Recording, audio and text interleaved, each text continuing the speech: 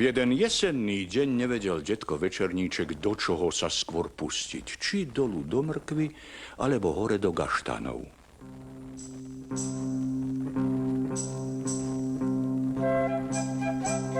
Ale jeho dvojnohí a štvornohí pomocníci ho dlho v tejto nevedomosti nenechali. My, detko, vravia jeho dvaja vnúci, obkoresíme gaštan a dobijeme ho do posledného gaštana. My ti, detko Večerníček, vravia pes a mačka, pomôžeme s mrkvou. Poznáme predsa rozprávku, ako detko ťahal repu. Mrkva nie je taká veľká, postačíme na ňu traja. Život alebo gaštany, vykrikujú vnúci. Boj sa im však nedaril. Všetok bojový materiál zostával hore a gaštanom sa tiež dolu nechcelo. Hra na dobitie gaštana stojí za dravú figu, sťažujú si vnúci.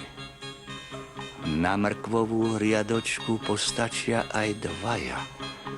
A nebolo by od veci pohrať sa aj s Petržlenom. A tak sa vnúci s detkovou pracovnou skupinou vymenili.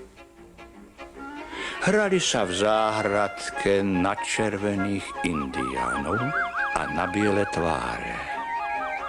Hurá, do boja! Zakričal ten biely a začal hádzať do indiána Petržlenom. Indiáni sa bieli k tvári neboja! Dostal hneď bojovú odpoveď. Lietajúce mrkvy a petržleny vyzerali ako červené a biele kométy so zelenými chvostami.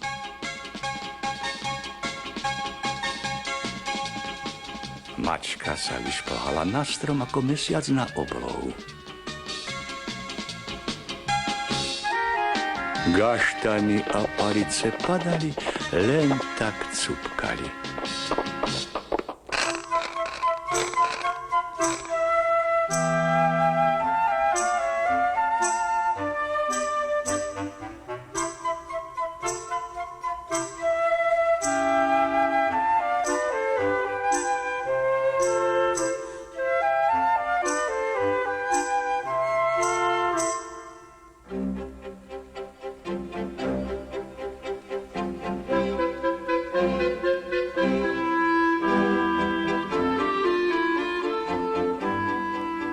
Keď si každý dokončil svoje, potom ešte spoločne vykopali, vyhrabali a vyzbierali zemiaky.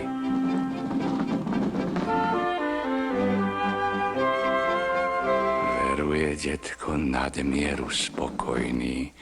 Mrkva a petržlen je v poriadku, zemiačikovi gaštanov sa tiež dosť urodilo.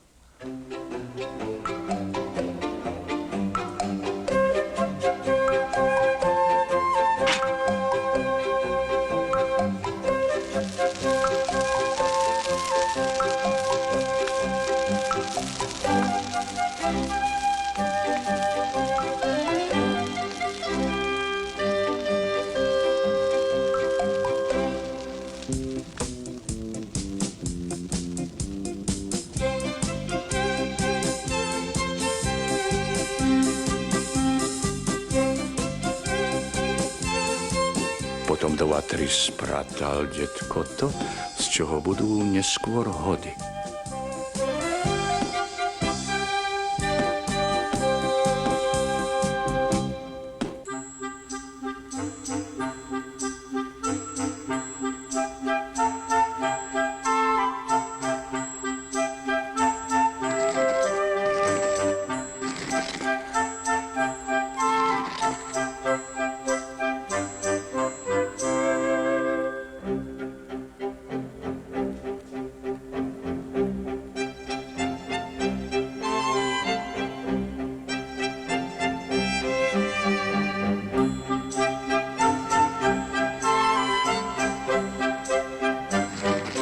Čo by to však bolo za hostinu iba s jedným chodom.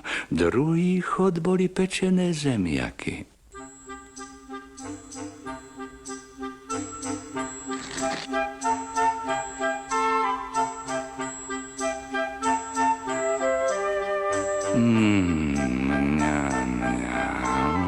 sú lepšie ako mäsko, povedala mačka a každý jej dal za pravdu.